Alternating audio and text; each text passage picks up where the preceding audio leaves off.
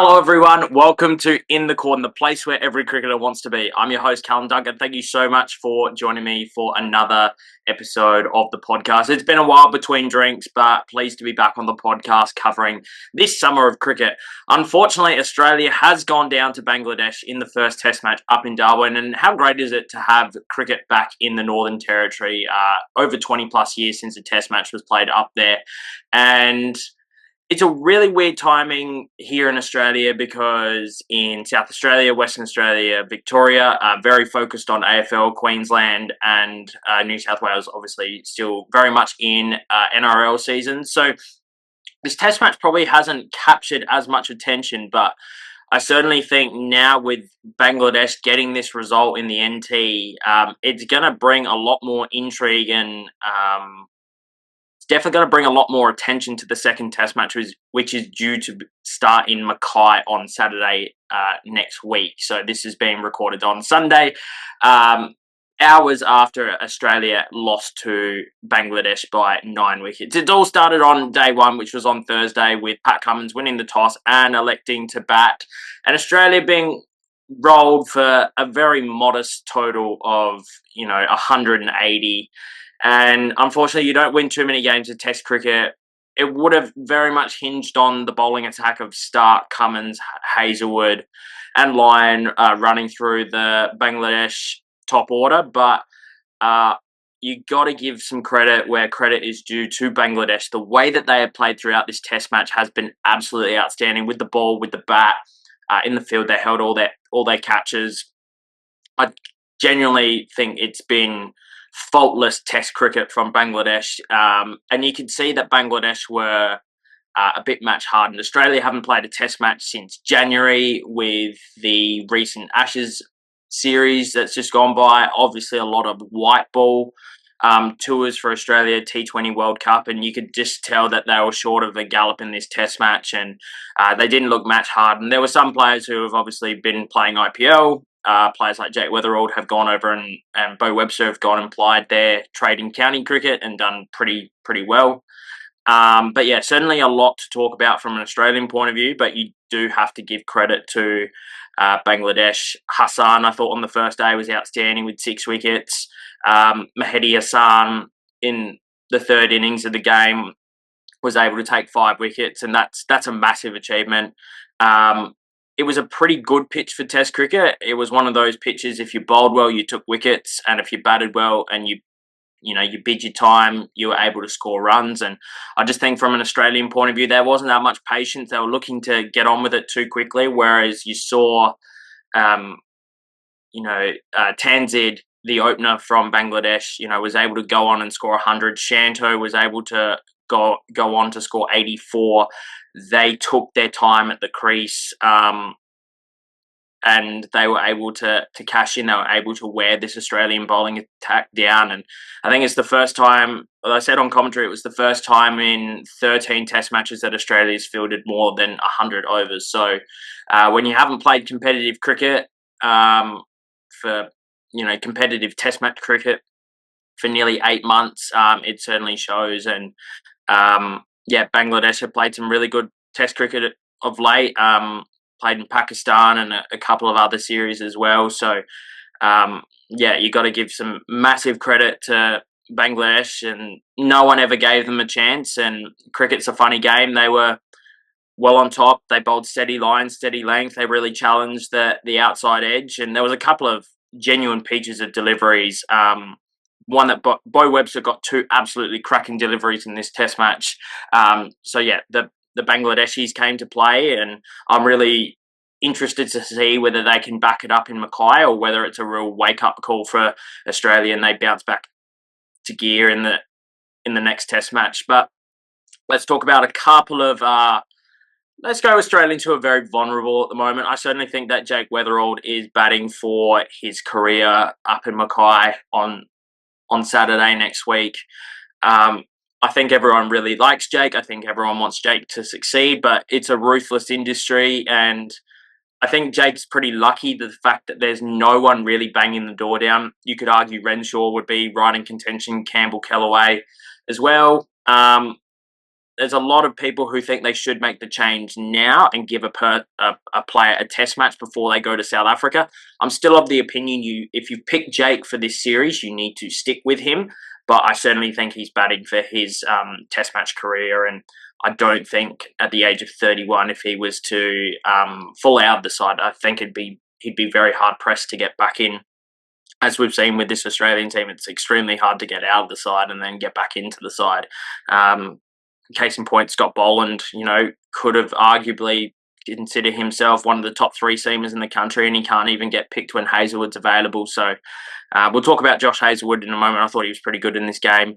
But the next one who's really under pressure is Marnus. Gone for 1 in the first innings, made 31, played a pretty poor shot in that second innings of the game. Yeah, I'm pretty tired of this, like, on and on. It's been 2.5 years, and Marnus hasn't gone on to score a Test match 100. Couple of 50s last summer, but I don't think he's done enough to keep his place. Seriously needs a score of note to get himself on that plane to South Africa. I'm pretty biased, and I think that Nathan McSweeney would be a really great choice to bat for Australia at number 3. Obviously had an experiment opening the batting against Jasprit Bumrah a couple of summers ago. I think that was a pretty harsh welcome to Test cricket, but I think Nathan would be well and truly a better player now than what he was nearly 2 years ago when he got called into the side. So he would be my pick to bat number 3, but once again, I think you need to give Marnus the game up in Mackay. Like a home-ish test match for him. He would have played a fair bit up in Mackay with Queensland, so he should know that pitch pretty well. Cameron Green, what a surprise. I was ready to call for his head after that first innings, abysmal shot in that first innings, just popping one up to mid-wicket. That's not... he's been out a couple of times like that in the last 12 months, and I think the Australian public... their patience with Cameron Green was waning just with how inconsistent he has been. Like, there is no doubt he's one of the most talented cricketers in this country, but just the consistency. But now that he's peeled off this 100, it's a seriously good knock under pressure. No one else for Australia looked likely other than Steve Smith in the first innings, where he scored 70, scored 44 in the second innings as well before chipping one back to Mehidy Hasan. But yeah, Cameron Green looked good. But once again, it just showed a batting lineup who is still very fragile. Even after the Ashes last summer, I still thought that they were such a fragile top 6. So much uncertainty, and obviously losing Usman, who has been lucky to stay in the team the last 2 years. Obviously, David Warner's retirement, I think it's just had a massive hole in the team as well. Head staying up to open, I think, is a temporary fix. I don't feel like that is a genuine long-term solution for Australia. But then again, I think it just shows that the lack of depth coming through in Sheffield Shield cricket. You could argue Peter Handscomb is one of the most in-form middle order batters in the country, but he'll only get picked for when Australia go to India and Sri Lanka. And I'd fully expect him to get a game in the Border Gavaskar Trophy in January. So, not very many options. Matthew Renshaw, I think, is the next best batter in. Nathan McSweeney would be up there as well. Obviously, a lot of talk about Campbell Kellaway. But yeah, a lot of Australians with the bat under a bit of pressure, Marnus and Weatherald in particular. I think Heady's fine. Obviously, Heady will do whatever he wants in this team, and I think he's earned the right to do that. But I think Australia is stuck with him at the top of the order. Whether he wants to stay at the top of the order long-term is a completely different story. But, I think Marnus just needs to be a little bit more positive at the crease. Weatherall batted 58 minutes in that first innings for 17 or 18, but just really... I just don't think he's up to the standard of Test cricket, unfortunately. I'm hoping he gets runs. I think he definitely looks good at points. There's no doubt about that. I think he's attacking, which is something that we've lacked at the top of the order for quite some time. But yeah, I think Australia are putting all these eggs in the Weatherall basket, and I think they're just very timid to go back to Renshaw, even though I think he's the most logical solution, regardless of whether you needed someone in the middle order, as we've seen in white ball cricket, or at the top of the order as well. Let's talk about the bowlers. You could tell that Pat Cummins looked a bit short of a gallop. Obviously, only 2 test matches in the last 12 months or something like that. I know he played in Adelaide and then didn't play the remainder of the Ashes. Hazlewood, I thought, looked good.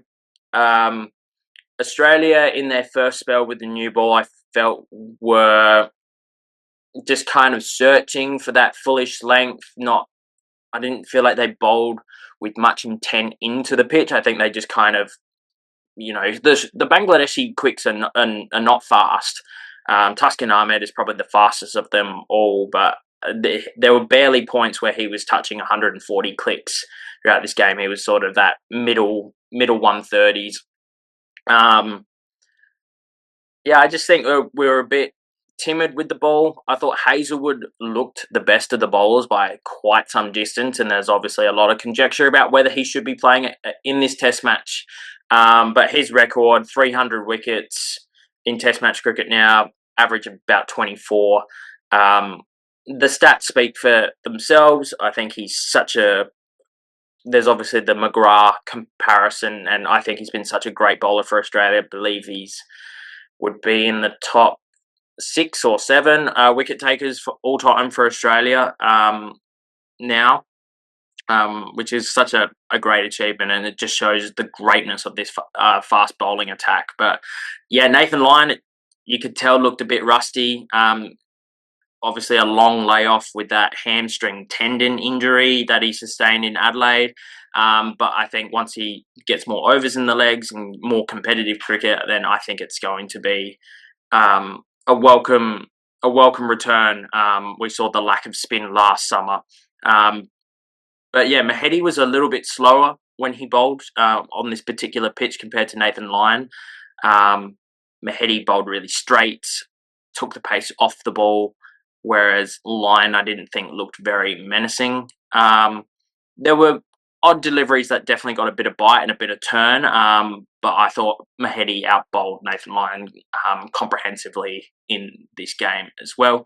Let's give a bit more credit to the Bangladeshis. Shanto, I thought, looked really good. He drove through the covers so well. And the Bangladeshi batters just picked their moments to take the game on, whether it was a lofted drive over the top or, playing a bit more aggressively down the ground and charging down the wicket. I thought it was actually a pitch that quite, really suited Bangladesh. There wasn't a lot of pace in it. Whether Australia had their time again, might have chosen to bowl first and make most of the moisture in the pitch on day one, but it still looked really good to bat on day 4 today. Obviously, Cameron Green went on to score some runs as well, and Bangladesh chased down 57 with complete ease. So, there's a lot of positives from a Bangladesh point of view. It's arguably their greatest ever win in Test match cricket. It's one of the finest moments in recent history, but we've seen Australia drop some games to lower ranked side. I'm not trying to be disrespectful to Bangladesh, but they lost the test match. This same kind of core group of players lost the test match to West Indies at the Gabba a couple of summers ago. Obviously lost this game here. Bangladesh look match fit, match ready. The Australians just look short of a gallop as well. I like the idea of playing test match cricket in Darwin. If anything that we can do to have more test match cricket here in Australia, I just question the timing of this game. And I think broadcasters could potentially be questioning the timing of this game. Like, as I'm recording this now, I'm watching AFL, which is going to be capturing a lot of attention with wildcard rounds and finals fast approaching. Same with the NRL as well. I don't know whether that Fox and Seven would be particularly happy with the potential viewership numbers of this test match, but Any excuse for more test match cricket, I'm certainly all for. I just think the timing of this game is a little bit peculiar. It's great to see the stands in Darwin, sold out. I think they had 6,000 or 7,000 people there every day, and it looked the ground looked great on TV as well. So definitely a fan of more cricket in Darwin and Mackay, but maybe white ball series at this time of the year rather than test match cricket might be the way to go. So that's my thoughts on the first test match between Australia and Bangladesh up in Darwin. Second test match starts on Saturday, the 22nd up in Mackay, which should be great. Please let me know your thoughts in the comments section below, and I'll see you for the next episode. Cheers.